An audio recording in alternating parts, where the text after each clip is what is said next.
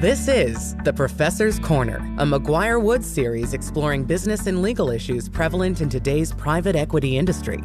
Tune in with McGuireWoods partner Geoff Cockrell as he and specialists share real-world insight to help enhance your knowledge. Thank you for joining another episode of the Corner Series, our podcast where we bring together deal makers and thought leaders at the intersection of healthcare and private equity and try to do deeper dives into more specific topics. Today, I'm thrilled to be joined by my colleague, Kayla Marty, one of the real up-and-comers in the legal world of healthcare and specifically the intersection of healthcare and private equity. Kayla works on matters in a lot of different sectors, but she's really cultivated an expertise in women's health investing, which covers a broad array of things. Kayla, thanks for joining. And maybe to start us off, can you talk a little bit about how you would segment the women's health investing market? Yeah, absolutely, Geoff. Thanks for having me. I think that when we think about women's health, many people classify the market as women's health, fertility, and then other ancillary businesses that support women's health and fertility businesses. So maybe just to break those down a little bit, many people view women's health as very traditional OBGYN businesses. They often include MFM or maternal fetal medicine businesses and laborist programs, but that's really just cracking the surface in the women's health arena. We've seen a real explosion in the fertility market. So different fertility businesses and their associated ancillaries, things like surrogacy matching, egg bank donation, genetic testing, all of those are subsectors of the women's health business. And then we see a lot of women's health adjacent businesses, such as large mammography platforms, both inside the women's health practices, but also as outside ancillary support investments. And then there are some smaller subsectors that focus on women's health surgical issues that really support the gynecological components of the business. But I think that that's a pretty wide spectrum, and they have a lot of different issues that affect different ones. I will tell you what I have seen lately is the fertility business is incredibly hot. It is an area that has garnered a lot of investment interest and a lot of interest both at the regulatory and the transactional level. And you discussed a number of different subsectors. Do you see usually, and maybe the answer is it's a little bit all over the board, but do you usually see businesses as more pure plays within one of those subsectors, or do you see a number of them kind of patched together? How do you see the market looking from that perspective? Yeah, I think it breaks down across some of the subparts, some things that you typically see together and others that you don't. So just to break that down a little bit, in the pure women's health space, and what I mean by that is the pure sort of OBGYN components of women's health, it's fairly common to see genetic testing labs within the practice entities. It's fairly common to see small mammography structures. And then it's very common to see a large laborist program, which effectively is the OBGYNs that support only the hospital-based practices. And then MFM providers, sometimes you will see as part of a pure play OBGYN business, although for a variety of different reasons, you often see them separate as well. So specifically, something to know within the maternal fetal medicine area that I think is widely known in the women's health subsector, but is not widely known among the investment community, is the really different reimbursement environment for maternal fetal medicine physicians, because they're actually trained as OBGYN providers, yet payers across markets tend to pay them at much higher rates due to the very significant and complicated patient base that they have. So sometimes you will see those adjacent to women's health businesses, even if they're not included in them. So that's the women's health side of the house. When you go into fertility, I think it's incredibly common and growing exponentially to see associated egg banks and egg donation structures within the fertility businesses, surrogacy matching, and then obviously sperm banks and sperm matching for expecting parents. In a number of different healthcare sectors, we see different kind of growth models where the theory is that you're either getting kind of payer contracting lift by better contracting, maybe you're internalizing ancillary services, maybe you're doing kind of rapid small tuck-in acquisitions. In some of these women's health sectors, what is the thesis of a growth model? So there's several different ways in which people have been growing from a de novo perspective through acquisition. Other mechanisms are through de novo service line growth, and then also partnership with outside entities, whether it be laboratory companies, hospitals, or other clinical providers. So just taking those one by one, by far the most common structure is the acquisition growth that is occurring at a practice by practice level on both fertility businesses and OBGYN businesses. And their growth tends to be in onesie, twosie, small physician acquisitions because the market remains extremely fragmented and it tends to be very difficult to grow solely by major acquisitions.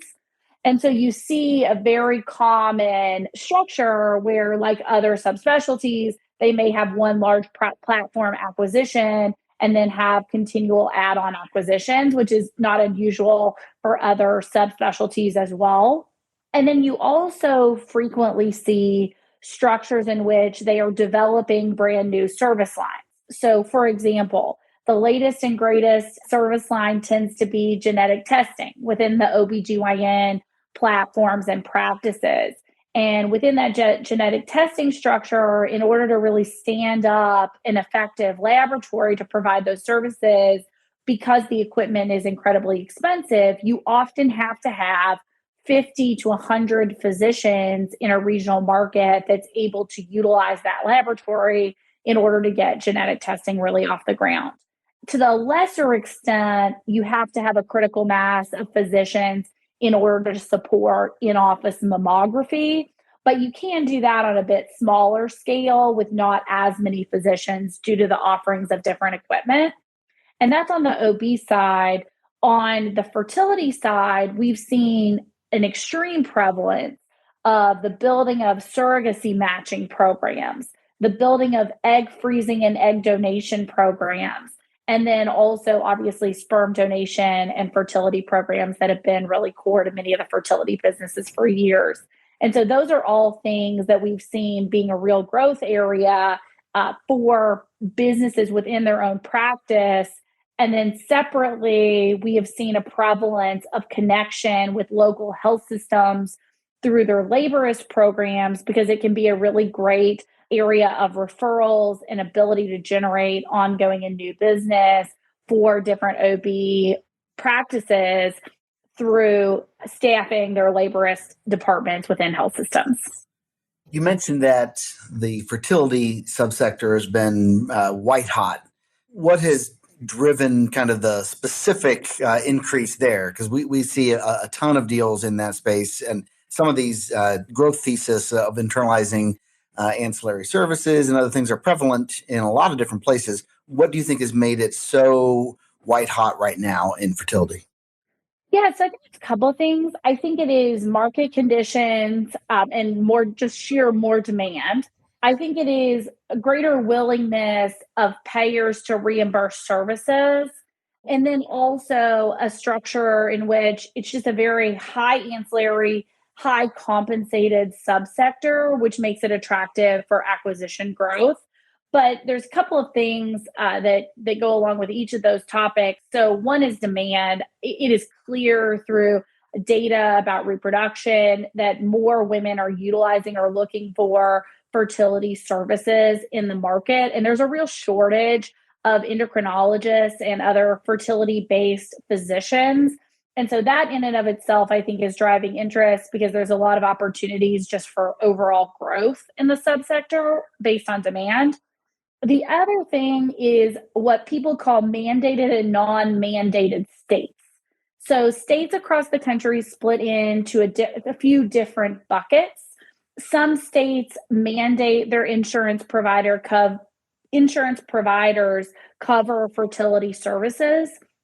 And when they do that, it often has a decrease in overall cost or reimbursement of fertility services, but a sharp increase in volume. And that's a real opportunity in many states for fertility business to capitalize on that change in law, which has been happening in a number of different states around the country, New York included, and probably the most prevalent. And then the last component is just the ability to develop ancillaries. It has some really ripe, untapped ancillaries, things like egg bank donation, like I mentioned earlier, surrogacy matching. All of those things from a regulatory perspective are becoming more common and more supported at the state level, which is offering some additional revenue opportunities that haven't been present in the past because of technological developments and really the law catching up with some of these clinical innovations. And so I think that you see that as just a really attractive area because it is one of the subspecialties that certainly is not stagnating. It's not losing individuals who are utilizing it. And it's really technology is increasing the clinical opportunity. One dynamic that makes some of these areas a little different is a diminished governmental reimbursement. Obviously, Medicare generally focuses on the older community, and fertility and OBGYN and other areas focus more on younger women. Given that dynamic, that there's a little bit less government reimbursement and you have a little bit less of some of the regulatory overlay when you don't have that government reimbursement, still there are regulatory issues and places where people can get themselves in trouble. What are some of the more specific areas from a regulatory compliance perspective or areas where people get in trouble in this sector? Yeah, I think the number one area is glossing over the state law restrictions on ownership and investment and profitability of ancillary investments, specifically in the laboratory space within the fertility world. Even though there is not Medicare reimbursement for fertility services, and for that matter, there's actually no Medicaid reimbursement either in any state that I'm aware of, and only a small amount of TRICARE reimbursement, there are many state laws that apply to commercial and governmental insurers that the commercial insurance component does not allow you to ignore. So, on the laboratory structure, which tends to be very prevalent in fertility businesses, I think that often people believe that because there's not governmental reimbursement, that physician ownership in affiliated laboratories, physician ownership in affiliated imaging facilities is okay or accepted or low risk. And I don't believe that that's the case. I believe that many states are becoming very savvy to protecting patients and keeping physicians' investments out of healthcare entities that could in any way influence their referrals. And I expect to see a scenario in which state AGs will continue to become more aggressive about these state laws over time, particularly when providers opt out of governmental pay or when their subspecialty does not reimburse governmental pay. The state AGs continue to have a real interest in protecting those patients from a scenario in which a clinician's decision-making could be swayed by their financial interest in a laboratory or other ancillary activities. So I think that that's probably the most common pitfall around these outside fertility investments or fertility ancillaries at the state law level, even though they aren't reimbursed by government payers. Are there kind of particular structural dynamics that you see in women's health businesses that might be a little different, whether that's joint venture structures with either health systems or maybe ASC management firms? What structural dynamics do you see in these deals?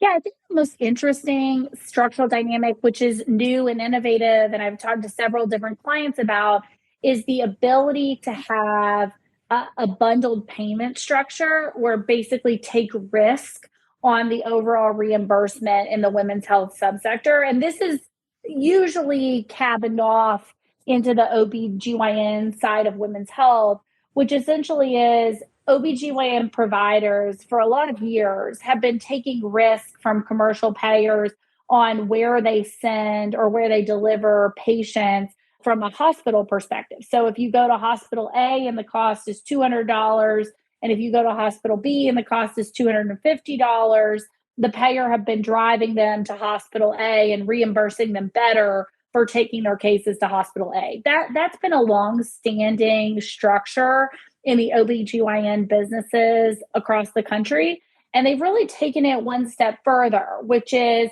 how can we take risk on the overall continuum of care that the OBGYN drives? So how do we obtain one bundled rate from a commercial insurer for the entire continuum of care for the patient, which includes hospital stays, anesthesia providers, ultrasounds, and then the professional care. And we've seen a real interest in that area, which is not entirely unique to women's health, but we're really only seeing it in other subsectors like orthopedics, which are very, very different than women's health. And there's been a real interest there, both by payers and practices. And I think that that's going to be the next frontier of value-based care in the women's health sector, is trying to bring in the cost of total continuum of care by preventative care for a woman from day one when they become pregnant, all the way through excellent care when they deliver their baby, and maybe even on into pediatrics. So I think that that's one of the more interesting components of structures that we see in women's health that we don't necessarily see in other subsectors. As the market continues to develop, who do you think will be the back-end buyers of some of these larger platforms? Will it be ever bigger private equity investors? Will it be folks like Optum that are buying lots and lots of things? Who are the back-end buyers of these as they get to scale? Yeah, so I think that over time that will evolve. But I think as a step one, if you're a mid-sized healthcare women's health platform, I think in the immediate stages, it's going to be larger private equity funds. We've seen many of these transactions, and almost every one, they have a very strong, large private equity fund bid process. So I expect that to be the case. But I also expect to see an immense consolidation among women's health platforms. So, for example, you can see in the past several years, Unified has purchased many women's health practices, which include Women's Health USA and others. And I think that trend may be more common than people believe it will be, the consolidations of platforms as a whole. And then in the long term, yes, I think that people like Optum are very common buyers, but I don't think they're going to be the common buyers at this stage in most women's health evolutions. And I do think we'll see some go public. I really believe that. We've seen that in some other women's health adjacent areas. So, for example, Progeny, which is a huge fertility payer, we have seen go public, and we've seen many others getting close. And I think we're going to see some of that as well. Well, it continues to be a very active segment of the market, and we certainly expect to see more and more activity. It feels like it's still in the earlier innings of the development of women's health as a business model. Kayla, thanks a ton for joining in this Corner Series. Your insights are always pretty sharp and helpful. Thanks again. Yeah, thanks for having me. I appreciate it. Thank you for joining us on this installment of the Professor's Corner. To learn more about today's discussion, please email host Geoff Cockrell at gcockrell@McGuireWoods.com. We look forward to hearing from you. This series was recorded and is being made available by McGuireWoods for informational purposes only. By accessing this series, you acknowledge that McGuireWoods makes no warranty, guarantee, or representation as to the accuracy or sufficiency of the information featured in this installment. The views, information, or opinions expressed are solely those of the individuals involved and do not necessarily reflect those of McGuireWoods. This series should not be used as a substitute for competent legal advice from a licensed professional attorney in your state, and should not be construed as an offer to make or consider any investment or course of action.